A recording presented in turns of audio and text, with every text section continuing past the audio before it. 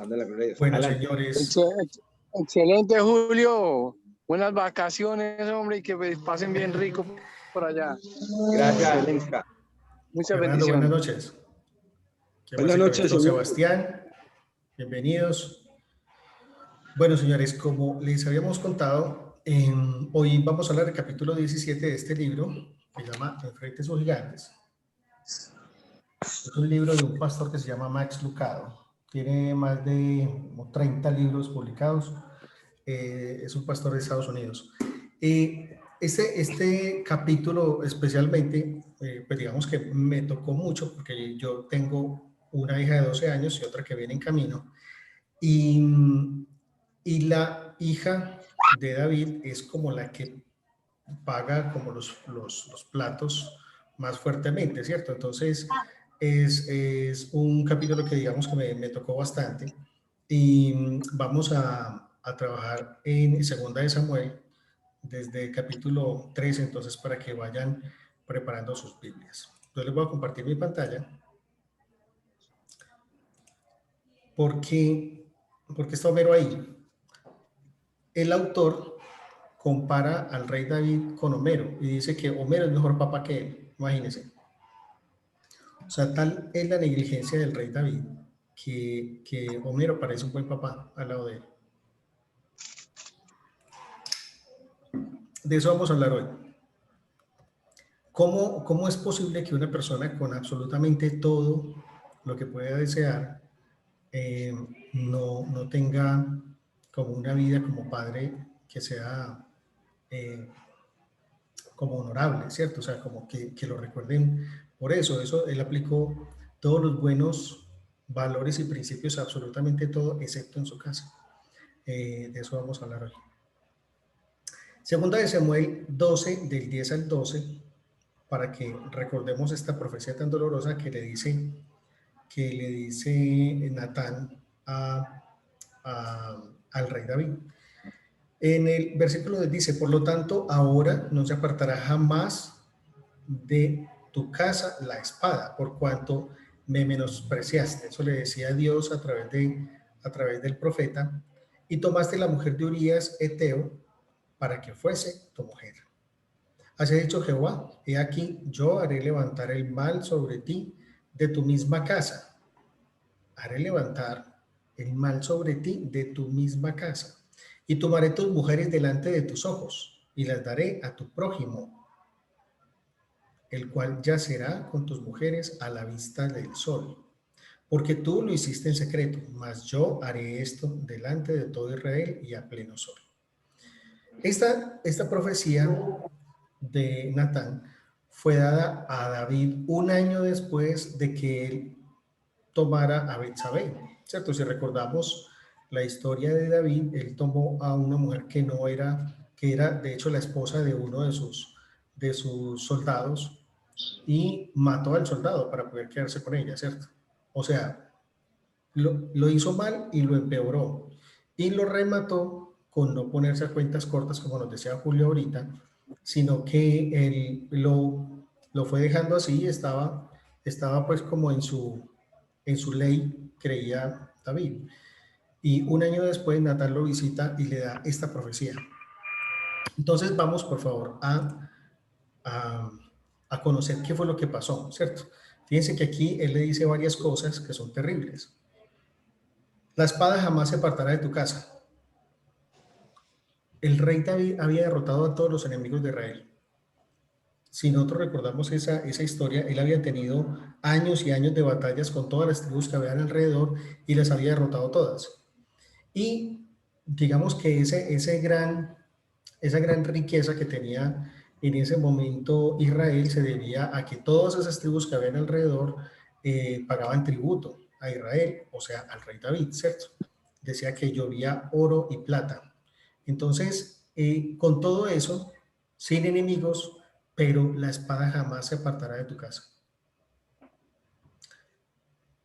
Se hará levantar el mal sobre él de su misma casa, tomará sus mujeres, las dará a su prójimo.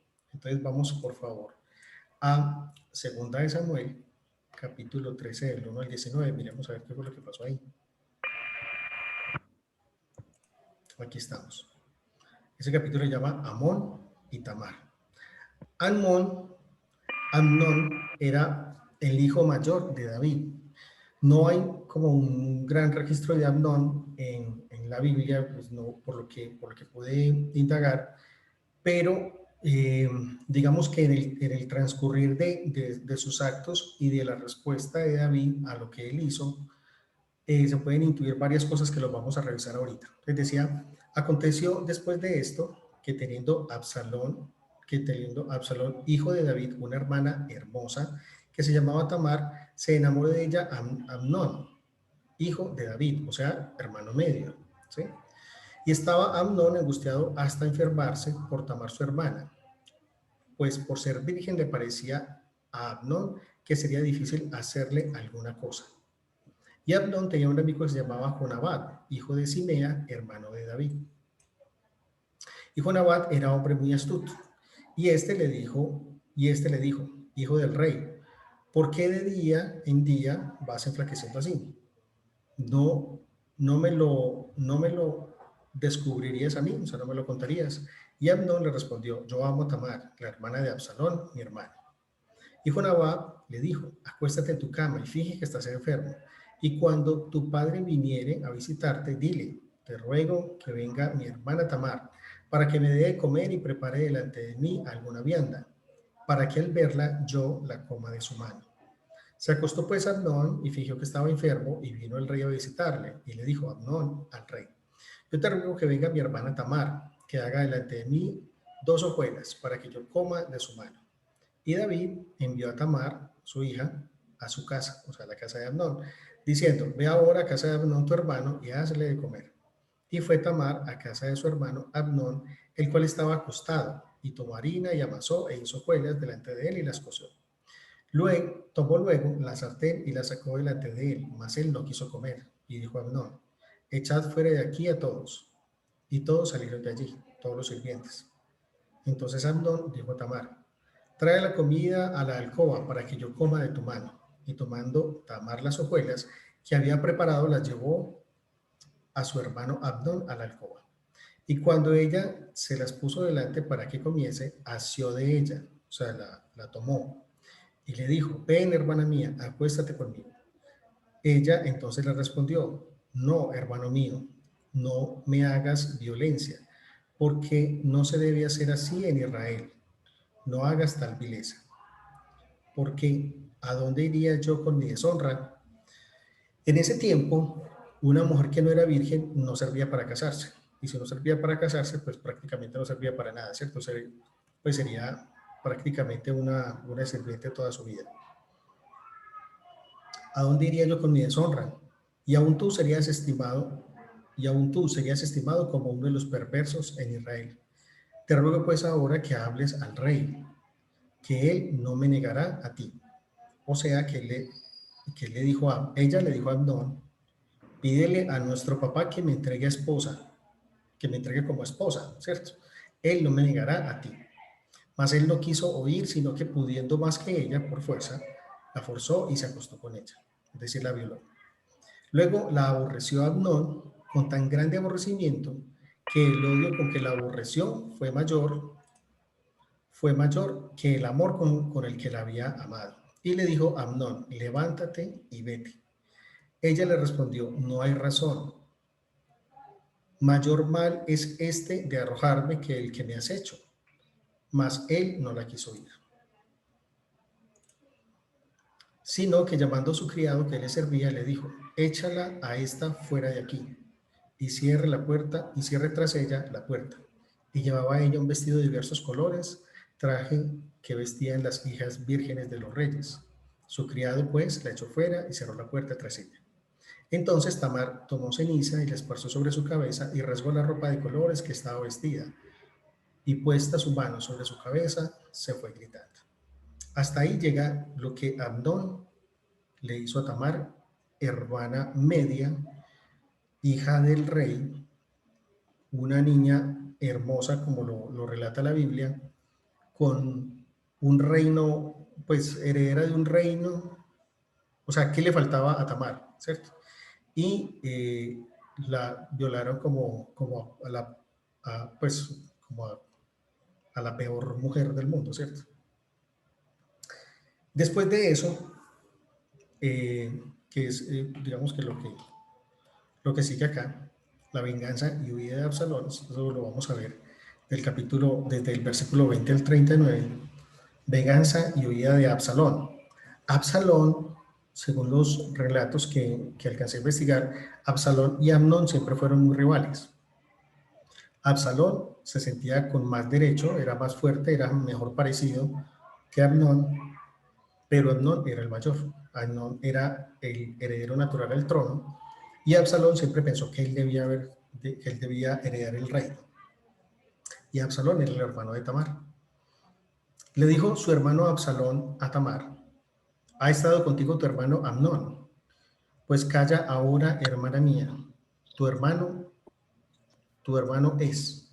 No se angustie tu corazón por eso. Y se quedó Tamar desconsolada en casa de Absalón, su hermano. Es decir, él le dio consuelo. Y luego que el rey David oyó todo esto, se enojó mucho. Esto es clave. Luego que el rey David oyó todo esto, se enojó mucho. Imagínese usted, todos somos reyes de nuestras casas, ¿cierto? Imagínese que un hijo nuestro viole y deseche como un trapo que no sirve a una hermana media. O sea, ¿cómo respondería uno a eso? Y la Biblia es muy detallada en todo lo que pasó anteriormente y aquí solo dice, se enojó mucho. Terrible. O sea, probablemente es uno de los peores casos de negligencia como padre que uno puede oír, ¿cierto? Hasta ahí llega, se enojó mucho y no hizo absolutamente nada más. Mas Absalón no habló con Amnón, ni malo ni bueno, porque Absalón aborrecía a Amnón, porque había forzado a Tamar su hermana. Aconteció, pasados 2 años, que Absalón tenía esquiladores en Baal Azor. Esquiladores son los que afeitan, que quitan la lana de las ovejas, que están junto a Efraín, y convidó a Absalón a todos los hijos del rey. Le hizo una fiesta. Es una fiesta, la fiesta de los esquiladores, o sea, cuando estaban cosechando, digámoslo así, la lana, se hacía un gran banquete y Absalón quiso invitar a todos los hijos del rey. David, según lo describe el libro, tenía hijos por todas partes.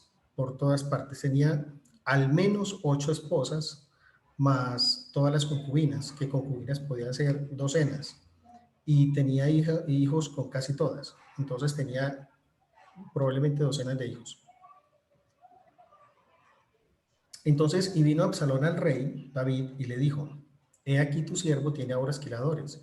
Yo ruego que venga el rey y sus siervos con tu siervo.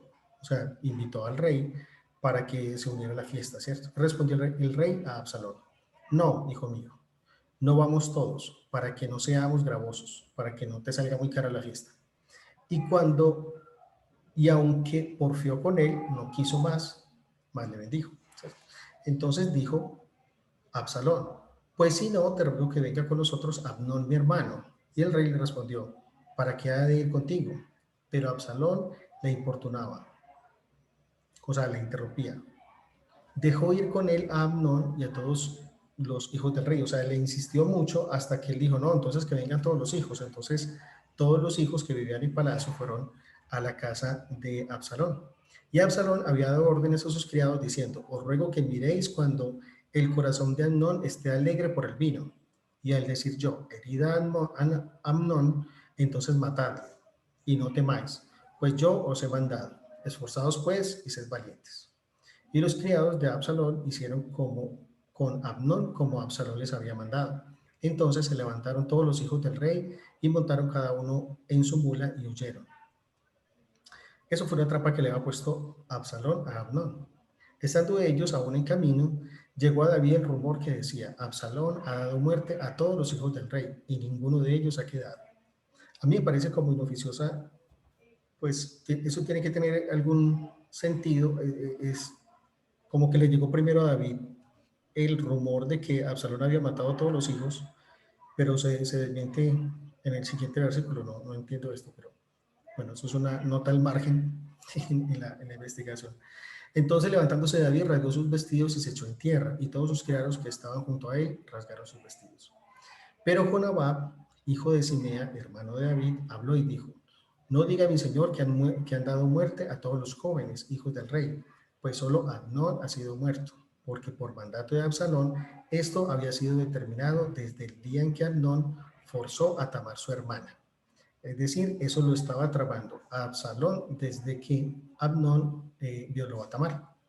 Por tanto, ahora no ponga mi señor el rey en su corazón este rumor que dice: todos los hijos del rey han sido muertos, porque solo Amnón ha sido muerto.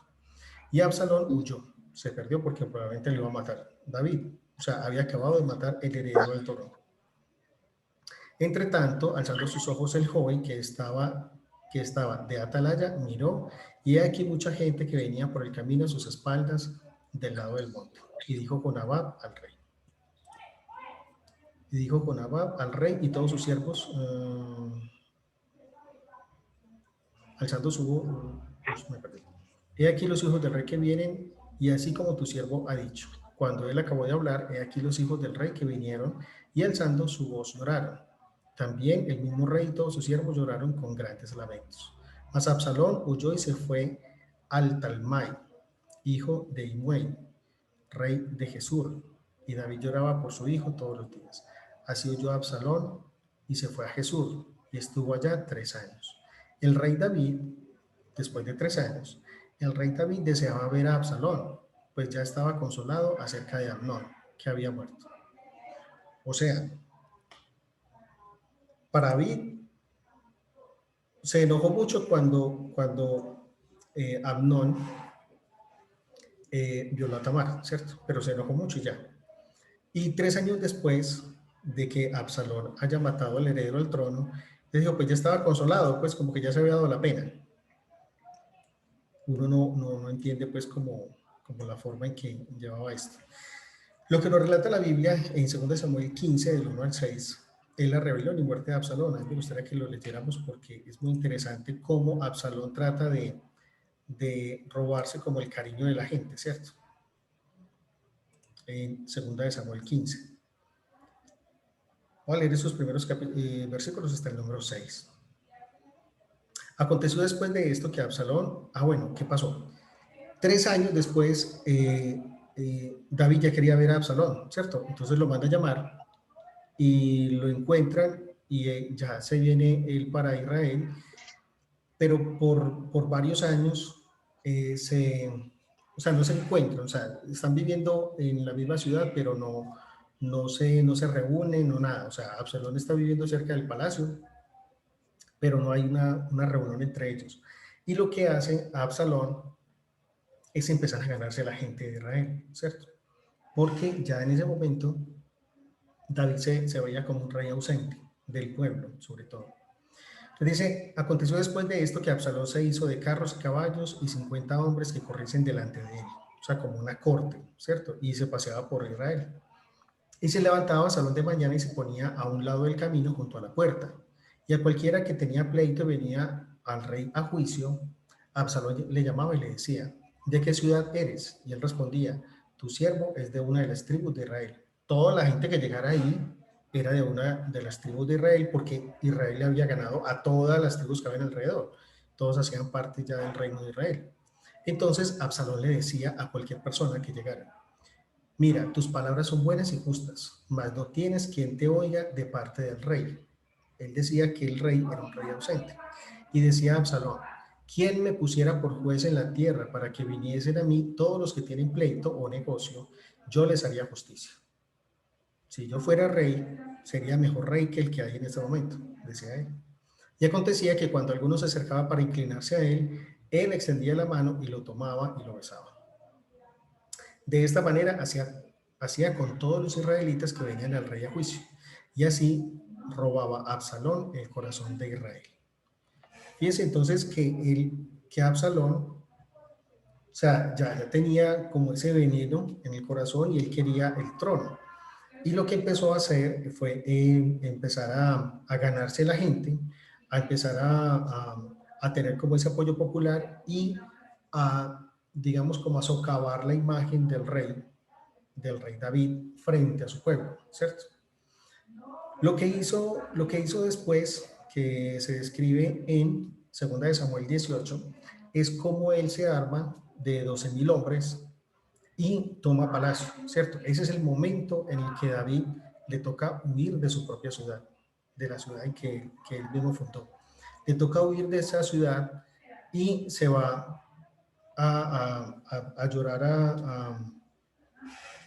al monte, no recuerdo el nombre del monte, pero se va desterrado, ¿cierto? Se va David desterrado y dura un tiempo desterrado y algunas de las fuerzas que eran leales a David siguen tratando de derrocar a Absalón en ese golpe de estado, pues que lo podríamos llamar así. Y finalmente Absalón era muy famoso por la cabellera, tenía una cabellera muy, muy abundante y muy larga. Y en una de las huidas de Absalón, su cabello se le enreda con unos matorrales y unas cosas, queda colgando de su cabello y lo atraviesan con una lanza. Y resulta que David porque ya en ese momento el heredero del trono era Absalón. Y yo no, pues aquí surgen demasiadas inquietudes porque para David no importaba como el comportamiento de los hijos. Bueno, es el heredero, como se da a entender como que, bueno, ¿qué le vamos a hacer? ¿Cierto? Así es él. No había como un liderazgo de papá que corrigiera ese tipo de comportamientos que para nosotros pueden ser como, pues, imperdonables casi, ¿cierto? O sea, eran como errores demasiado graves y para mí parece que no lo fueran, ¿cierto? Eso me llama demasiado la atención. Entonces miremos cómo fue esa espiral de cosas terribles que empezaron a pasar en el reino de Israel. Todo arranca, digamos, como esta fase de fallas tan graves en la vida de David, arranca con David y Betsabé, ¿cierto? Con esa historia en que David toma una mujer ajena, porque recordemos que cuando hay una batalla y David debería estar en el frente de batalla y él se queda pues en palacio, manda a la gente a batalla, él se queda y en una tarde muy calurosa él está en una terraza de su palacio y ve, parece que cerca, a una mujer bañándose en una terraza, ¿cierto? Cuando él pregunta quién es ella, le dicen, ella es Betsabé, esposa de Urías. O sea, no le están preguntando al sirviente esposa de quién es, pero el sirviente, sospechando que David como que la quiere, le dice, pero ella es casada, tiene esposo y tu esposo batalla por ti, ¿cierto? Está en batalla en este momento. Y él dice de todas maneras, bueno, tráiganla, se acuesta con ella, queda embarazada y empieza todo esta debacle pues que estamos viendo, ¿cierto? Arranca con esto y sigue con unos hijos. Aquí hay un tema adicional, pues que tiene esta parte, digamos, como de la historia de David es demasiado intrincada, pues como en las cosas.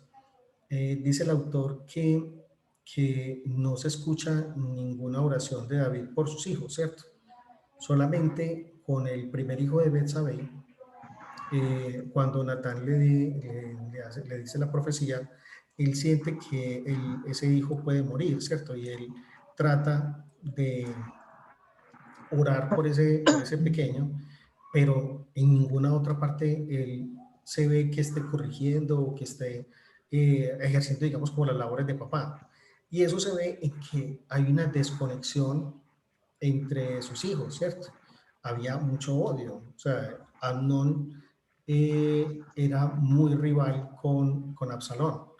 Y Amnón, pues pareciera como imposible que uno pudiera pensar hoy en día que uno pudiera sentir atracción por una hermana, ¿cierto? Y que uno llevara a cabo un plan para violarla y desecharla, con la gravedad que era el tema en esa época de una mujer que perdiera su virginidad, ¿cierto?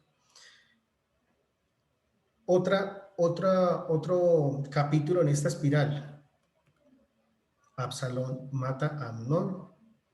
Incluso, además de eso, Absalón trama y ejecuta una traición contra David.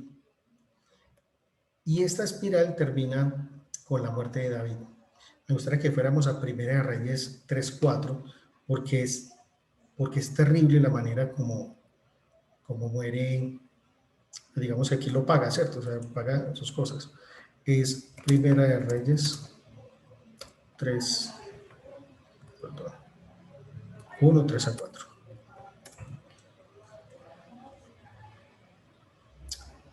Del 3 al 4, fíjense que David ya era viejo, avanzado en sus días, le cubrían sus ropas, pero no se calentaba, ya estaba muy viejito, estaba en su lecho de muerte.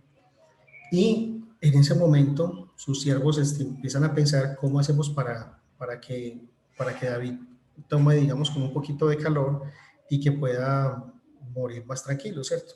Le dijeron, por tanto, sus siervos, busquen para mi señor, el rey, una joven virgen, para que esté delante del rey y lo abrigue, y duerma a su lado, y entrará en calor mi señor el rey. Y buscaron una joven hermosa por todo Israel y la hallaron, a Abisac, sunamita, y la trajeron al rey.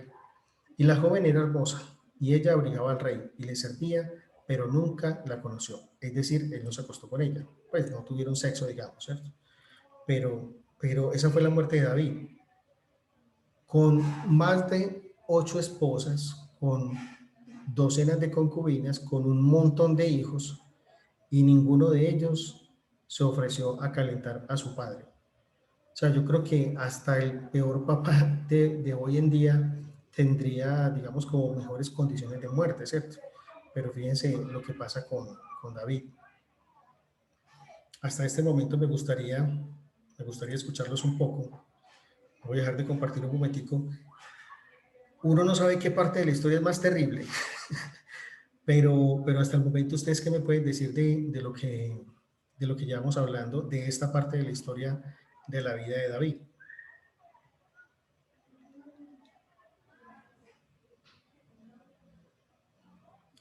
Había leído esa parte, primero que todo.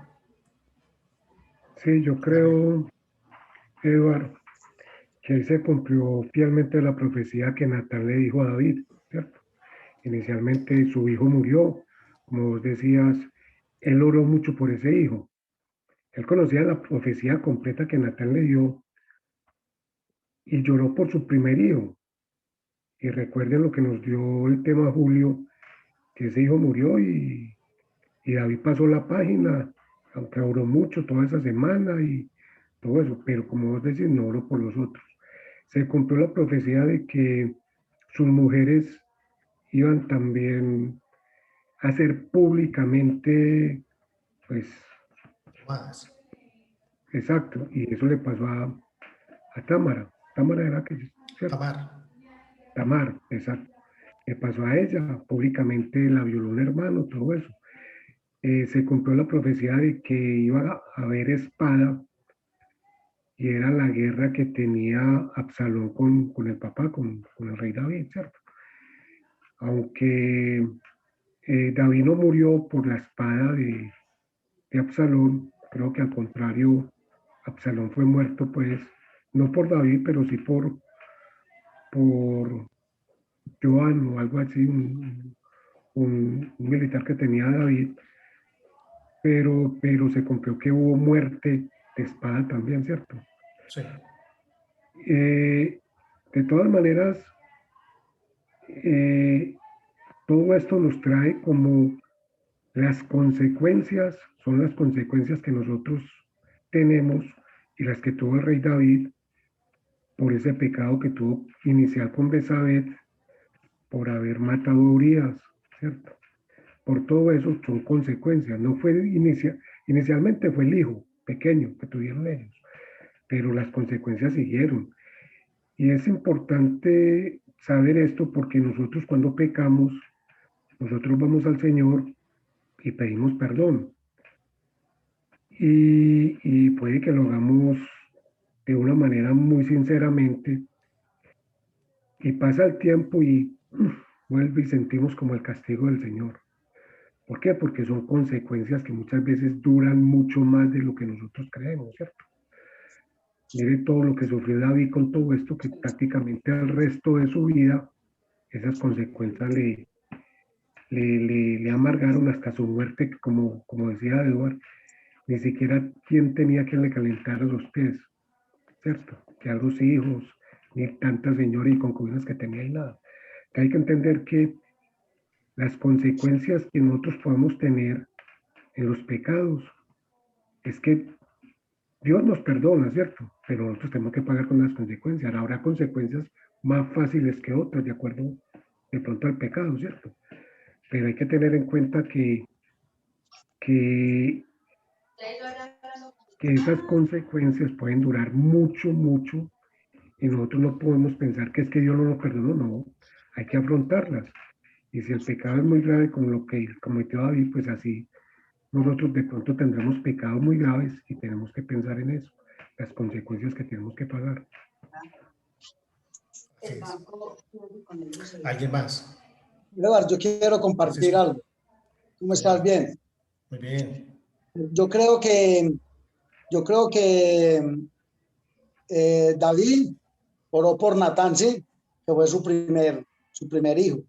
Pero cuando uno tiene una vida desordenada, empieza a tener hijos con varias mujeres, pues como que va perdiendo ese sentido de pertenencia, porque usted el primer hijo lo quiere mucho, pero cuando usted empieza a regar hijos, usted dice yo los quiero a todos, pero no los tiene a todos juntos para darles amor, y eso hace que pierda como ese interés hacia los hijos y no ore por los otros. Y también creo yo que aquí traemos a consecuencia lo que habla la palabra de Dios, de que nosotros acarreamos hasta la tercera y cuarta generación las maldiciones o bendiciones. Aquí miramos el bosquejo que usted hace de David, de Absalón, de Amnón, de Tamar, y vemos que es la misma familia, pero es una descendencia que va dando la vuelta, en el cual la gente va perdiendo el respeto y son puras descendencias de maldición. Por eso creo que nosotros estamos invitados a que todos los días tenemos que orar por nuestros hijos para que desarraiguemos todas esas herencias de maldición que traemos de nuestros ancestros. Es correcto. Francisco toca ahí dos puntos que me parecen muy importantes y de hecho el libro los toca más en detalle.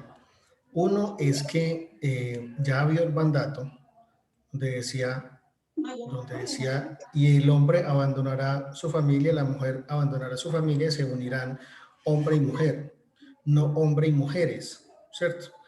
Ya el mandato de tener una sola mujer ya estaba, ¿cierto? Era una decisión que se podía hacer en ese momento, digamos que legalmente tener varias esposas, pero no era el tipo de unión que Dios quería, ¿cierto? Dios nos quiere monógamos, ¿cierto? Porque entiende que es tan demandante y tan complejo tener una relación familiar que usted es imposible que tenga una buena relación familiar con 2, 3, 5 o más esposas. Es imposible. Entonces, ese es un punto bien importante. Y el otro es el tema de las maldiciones. No solamente nosotros, como varones y sacerdotes de nuestra casa, nosotros heredamos las maldiciones de nuestros papás, abuelos, tatarabuelos y en fin, sino que nuestro comportamiento y nuestras acciones pueden generar maldición desde nosotros hacia nuestra descendencia. Y eso nos tiene que mover como hombres, ¿cierto? Nos tiene que mover porque yo qué tipo de descendencia quiero tener. Esa descendencia va a heredar lo que yo soy.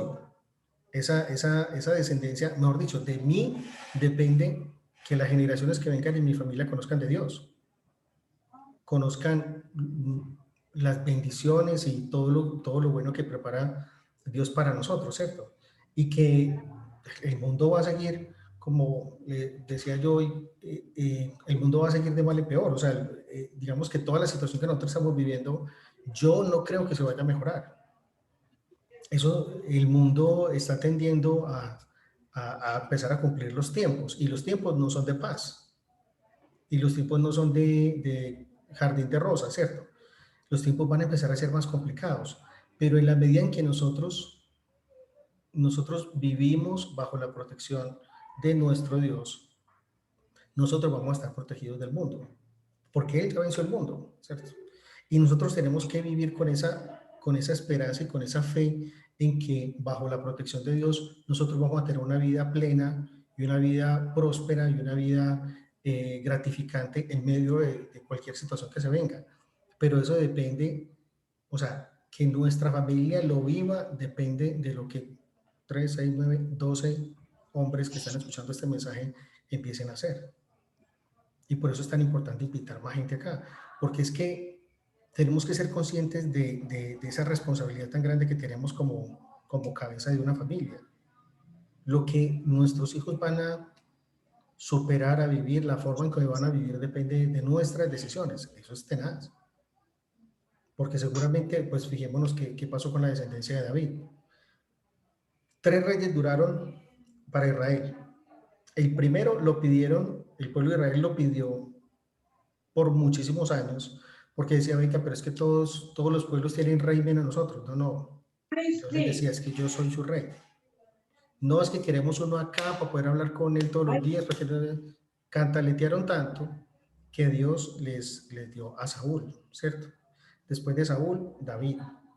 Cuando, después de todo este barullo de muertes de herederos al trono de Israel, se ungió a Salomón, que era pequeñito, pues en este momento era pequeñito, pero ya cuando David murió, que murió muy anciano, el reinado lo tomó Salomón, y Salomón fue el hombre más sabio pues que se conoce, ¿cierto?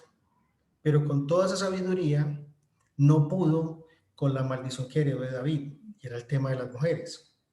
Y al final de la vida de Salomón, terminó haciéndole altares a todos los reyes, a todos los demonios habidos y por haber, levantando altares y levantando palacios a todos los demonios habidos y por haber, por recomendación de mujeres que venían de otros pueblos, que esas eran sus diosas. O sea, esa maldición se cumplió exactamente, ¿cierto? O sea, ni siquiera en la casa de un rey se escapan de esas maldiciones. Entonces, sí es muy importante que nosotros seamos conscientes de esa responsabilidad tan gigante que tenemos, ¿cierto? ¿Alguien más? Bueno. Después de esto, sí, la reflexión, digamos, importante, es si tu familia es tu gigante, porque estamos hablando de los gigantes, ¿cierto? ¿Cómo enfrentar a los gigantes? La relación que yo tengo con mi familia se convierte en mi gigante, o sea, en mi gran problema. Esa es una pregunta que nosotros nos tenemos que hacer, lo decía Francisco ahorita. ¿Por quién oras? Tú oras por tu familia, por tus hijos, por tu esposa. Muy importante. ¿Con quién gastas tu tiempo? El autor lo dice explícitamente. Dice, los niños deletrean amor con 6 letras y es tiempo. Para los niños esto es amor. Y no es calidad de tiempo, como lo quieren decir hoy, pues como en esa nueva era y no sé qué. No, no, es que es calidad de tiempo. Yo cuando estoy con él, 1 hora cada 2 meses, esa hora la pasamos full. Eso a un niño no le importa ni 5, o sea, no tiene idea quién sos vos, ¿cierto? Los hijos necesitan tiempo. Tiempo, y el autor lo dice, tiempo de calidad, de no calidad, de compartir, de no hacer nada, pero que él lo vea involucrado en su vida, ¿cierto? Vaya a las cosas de él, involúcrese en su vida, sepa quiénes son sus amigos, sepa cómo está. Una amiga era muy sabia y decía, yo puedo trabajar en lo que sea, pero yo tengo que estar a las 3 de la tarde en mi casa para verle la cara a mis hijos cuando llegan del colegio. Ese es el momento clave, yo ya sé cómo están. Yo le pregunto, ¿cómo te fue en el colegio? Y me respondes mirándome a los ojos. Y yo ya sé cómo estuvo su día. Y ese tipo de relación es la que forma el carácter de los hijos, ¿cierto? Y compartiendo los valores. O sea, no es solamente siendo como un mueble más ahí, ni por ejemplo, bueno, estamos los dos, pero los dos viendo televisión. Pues si lo está educando la televisión, no tú, ¿cierto? Tienes que hablarle de lo que es bueno y qué es malo, y por qué es bueno y por qué es malo, y de los valores que tú quieres que él tenga. Esa calidad, esa cantidad de tiempo es lo que realmente va a valorar un hijo. ¿A quién le eres leal? Y esta parte habla específicamente de tu esposa, ¿cierto? O de tu pareja, o sea, los que no son casados, es la decisión de casarse, lo dice el autor, es decirle a Dios que yo voy a cuidar a esa mujer tanto como él la cuidaría. Esa es la promesa que uno hace en el matrimonio, ¿cierto? Porque, pues, para uno tener una relación con la mujer, pues uno se junta con ella, se va a vivir y ya. Pero el matrimonio lo que hace es que invita a Dios a esa relación y le dice, en esta casa se va a hacer tu voluntad. ¿Y cuál es la voluntad de Él? Que estemos bien, ¿cierto? Pero yo como hombre soy el que voy a crear esa atmósfera de bienestar en mi casa. Entonces la lealtad con mi esposa tiene que ser casi, o sea, impoluta, ¿cierto? O sea, no puede haber ni el menor asombro de sospecha de ninguna cosa extraña en esa lealtad. O sea, ni confiancita, ni el autor le dice, vea, pase por mala clase, pase por mal educado, pero si es necesario, no salude a nadie en su oficina. O sea, si en su oficina o en su trabajo o en sus clientes o no que son como enamoradizas, ni la salude. A nadie le va a importar. A Dios no le va a importar si usted es mal educado o no, sino Él le va a importar es si usted le fue leal a su esposa. No de pie a charlitas, no de pie como a suspicacias, cero, lo dice el autor. Y realmente es así como uno debería tratar eh, la relación con la esposa, ¿cierto? O sea, lealtad 100% bajo cualquier cosa. ¿Cuál crees? Pregunta para cada uno, pues no estoy buscando respuesta, pero cada uno que la pueda analizar. ¿Cuál crees que es tu más grande responsabilidad? Es esta, la familia, ¿cierto? La familia es nuestra gran responsabilidad. No solamente el tema de protección, y nosotros somos, digamos, como los encargados de recibir esa responsabilidad de Dios y proteger y guardar a nuestras familias, sino también todo lo que estábamos hablando, ¿cierto? Todas esas herencias que ellos van a recibir de nosotros parten de nuestras actitudes, de nuestros comportamientos. Y hay unas recomendaciones finales del autor que me pareció muy importante que las pudiéramos tener. Exactamente dice esto. Haga de su esposa el objeto de su más alta devoción. Ame a quien lleve su anillo. Por eso el anillo del hombre lo marca la mujer y el anillo de la mujer lo marca el hombre. Quiera al niño que lleve su apellido y triunfe primero en su hogar.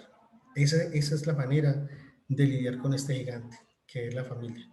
Que no se nos vuelva un problema este tema familiar. Que encontremos en la vida de David ese ejemplo de qué es lo que no debemos hacer. O sea, el perfecto ejemplo de lo que no debemos hacer fue toda la vida de David, ¿cierto? Bueno, me gustaría escucharlos. ¿Qué piensa Julio de todo este tema? Bueno, yo lo que iba a decir ahorita es que yo creo que cuando a David le llegó el chisme, el comentario de que todos habían muerto, yo creo que había algo en él, no sé obviamente qué es, pero el hombre sí amaba a sus hijos.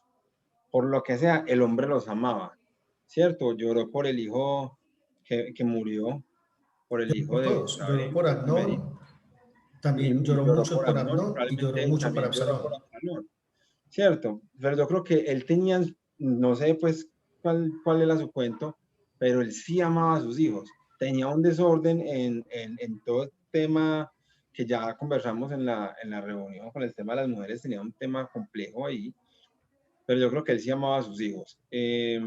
Ya volviendo pues al tema, no, hermanos, es un tema también como todos los de ese libro, que no son del libro como tal, sino pues son temas bíblicos, son temas muy confrontadores, son temas muy tesos, hermano, que uno tiene que irse a la presencia del Señor, decirle a Dios que le dé claridad de todas esas cosas y que uno traiga a memoria y a la presencia de Dios todos esos errores de nosotros, hermano, y que Dios nos dé la inteligencia de cómo, cuándo, cómo, dónde empezar a romper esas iniquidades, porque puede que nosotros identifiquemos o no algunas cosas de nosotros, pero y la de nuestros padres, la que hablamos en estos días, la de nuestros padres, ¿qué? Y la de nuestros abuelos, que no la sabemos.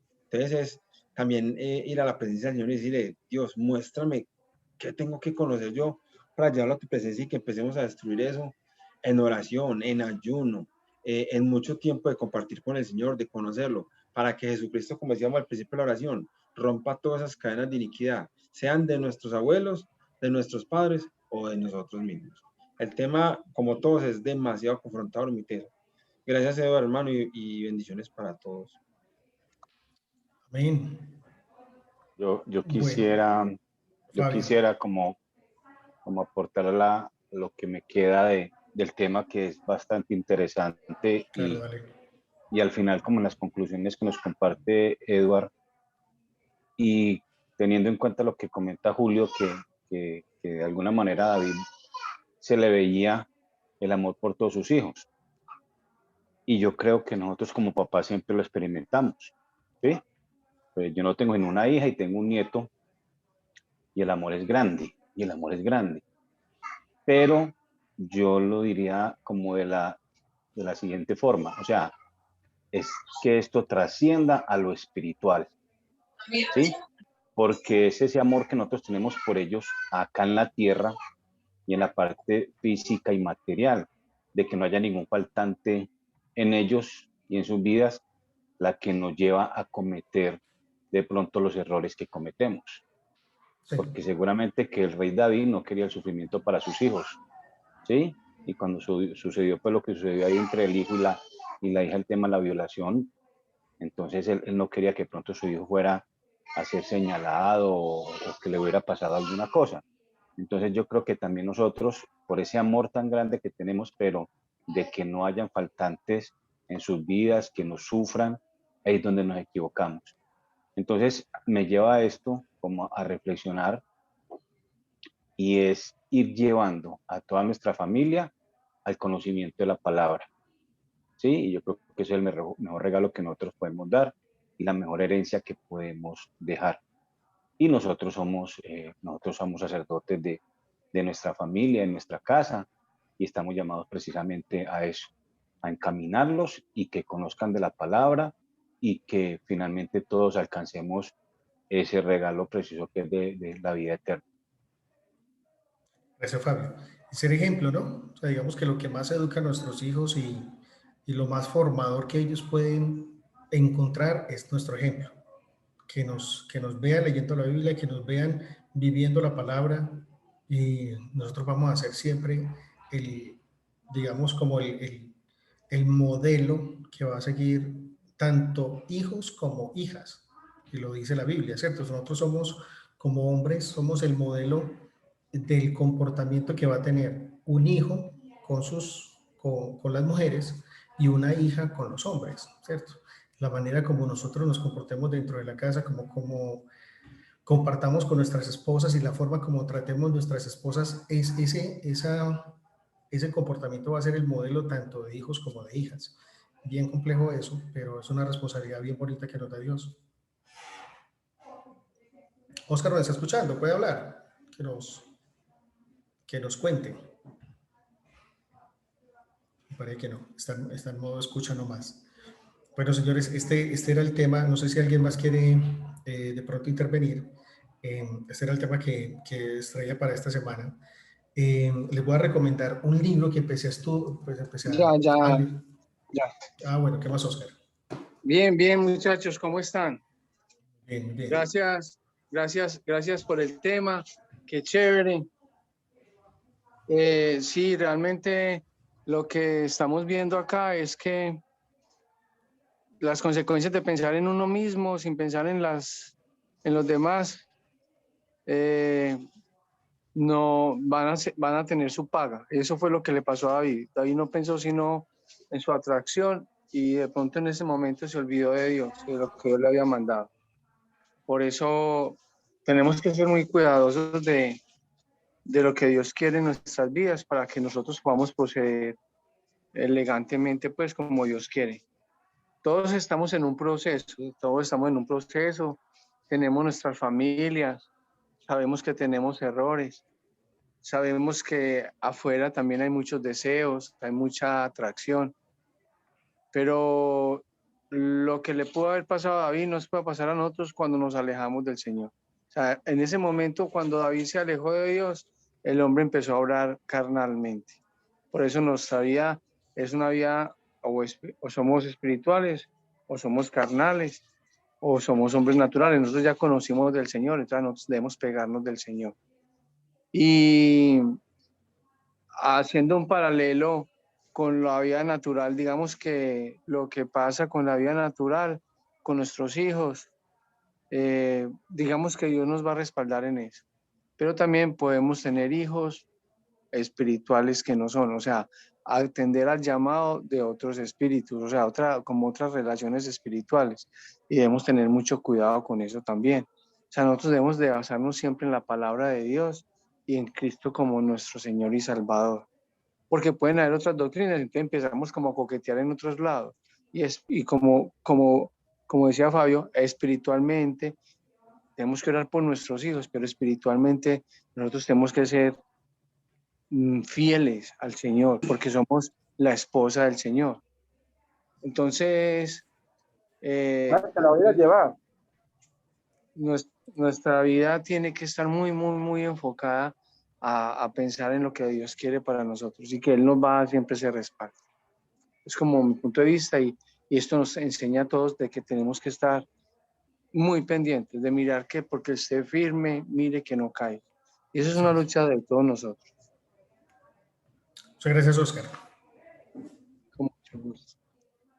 Bueno, señores, 8:10, creo que muy, muy buen tema, mucho para trabajar, mucho para reflexionar, para orar o pedirle muchísimo a Dios que nos acompañe en esa tarea titánica que nos encomendó de dirigir una familia.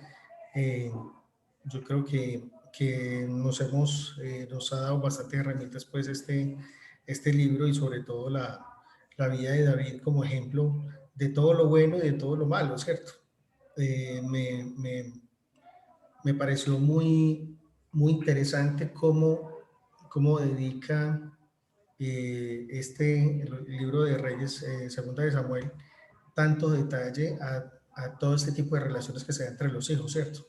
Y es algo que quedó escrito para la historia del mundo, para toda la eternidad. Eso tiene que tener un peso muy grande, ¿cierto? Entonces, es cómo esas relaciones pueden marcar tanto la historia, ¿cierto? Tanto la historia no solamente de un pueblo, sino de tantas personas. Entonces, eso me llamó mucho la atención.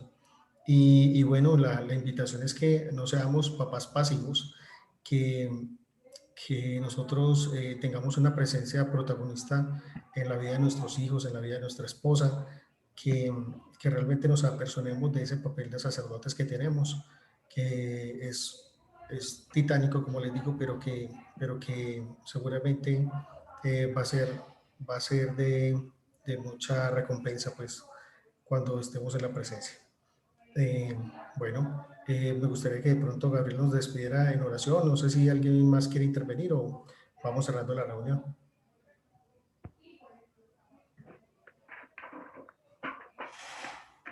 Bueno, Dios Padre, gracias por darnos a conocer toda esta palabra que nos dio Eduardo, Dios mío. Gracias por darnos a conocer que podemos venir con inequidades de nuestros padres, que venimos marcados de pronto con el mal y que ni siquiera lo sabemos. Vemos consecuencias y no entendemos por qué. Ayúdanos, Padre Santo, a descubrir, como decía Julio, estas inequidades que de pronto cargamos, Padre Santo, de nuestros abuelos, de nuestros padres. Ayúdanos a comprenderlas con el ayuno, como decía Julio, con la oración, entregándote a ti. Y nosotros, como padres, no queremos que nuestros hijos carguen iniquidades por nuestros actos. No queremos que ellos carguen costos demasiado altos para su futuro, Padre Santo. Ayúdanos a ser ejemplo, como decía Edward, a dar ejemplo con tu palabra, dándoles espiritualmente lo que tenemos y conocemos, lo que hemos aprendido, Padre Santo, a encaminarlos a ser sacerdotes, Dios mío, nuestros hijos, junto con nuestras esposas, con nuestros hermanos. Ayúdanos a guiarlos por el buen camino, a ser ese ejemplo que tienen que seguir, que sigamos siempre, siempre a Jesucristo, Dios Todopoderoso, que sigamos y estemos con Él. Ayúdanos, Dios mío, a que nuestros hijos comprendan que la única verdad es Jesucristo, es el camino, es la vida, Padre Santo. Ayúdanos a estar siempre unidos, a estar reunidos nosotros como hermanos. Nosotros como familia somos células, Dios mío. La familia es una célula, y si esa célula se rompe y otra familia se rompe por iniquidades, por pecados, por nuestras, se van rompiendo y se vuelve un cáncer, y es el resultado que hoy en día vemos en la sociedad, Padre Santo. No queremos esto. Queremos debemos restaurar esas células, Dios Padre Santo. Ayúdenos para que cada uno de nosotros, hombres de verdad, seamos capaces de retomar el camino en Jesucristo nuestro Señor. Que seamos capaces de enderezar nuestras vidas y que esas familias sean fuertes, unidas, que sean una célula que se multiplique, que sea una célula que no se divida, que sea una célula sana, para que toda la sociedad, Dios mío, Padre Santo, para que toda la sociedad nos unamos y seamos células fuertes, seamos una iglesia fuerte y unida, Padre Santo. Gracias, Dios mío, por acompañarnos esta noche. Gracias por todo lo que nos has dado. Gracias porque estás siempre pendiente de nosotros y siempre estás ahí dándonos tu palabra, dándonos con tu Espíritu Santo tu conocimiento, Padre Santo. Te queremos, te adoramos, Padre Santo. Ayúdanos que esta noche terminemos todos con bien. Que esta noche sea una noche de reflexión. Esta noche, esta palabra que nos diste nos cale, nos taladre, que nos llegue al corazón y saque todo lo malo y que descubra todo lo malo que tenemos en él y que seamos capaces de cambiar y cambiar a los demás, Padre Santo. Ayúdanos para que estemos siempre contigo, siempre permaneciendo contigo, Padre Santo. Te pido por todos estos varones de verdad, Padre Santo, para que tienen su corazón de Jesucristo, de alegría, de amor, de paz, que en medio de pandemia, que en medio de violencia, que en medio de protesta, estemos siempre sintiendo tu poder, Jesucristo, ahí, tú al lado de nosotros, dándonos gozo, dándonos paz, Padre Santo. Ayuda a tantas personas que lo necesitan en enfermedad, por carencias económicas, porque la pandemia los llevó al fracaso o estas huelgas, como hablábamos al principio, pues están tocando tanto nuestro bolsillo. Entonces ayúdanos, Dios mío, protégenos. Te pedimos por los hombres que no pudieron estar hoy aquí, Padre Santo, para que también los bendigas, para que también los cuides, para que la próxima semana los traiga con más ganas, que estén deseosos de estar aquí, escuchando y esperando tu palabra, Padre Santo. Bendice nuestros hogares, bendice nuestras esposas y bendice nuestros hijos. Te hemos orado en el nombre de Dios Padre Todopoderoso y bajo el poder del Espíritu Santo. Amén.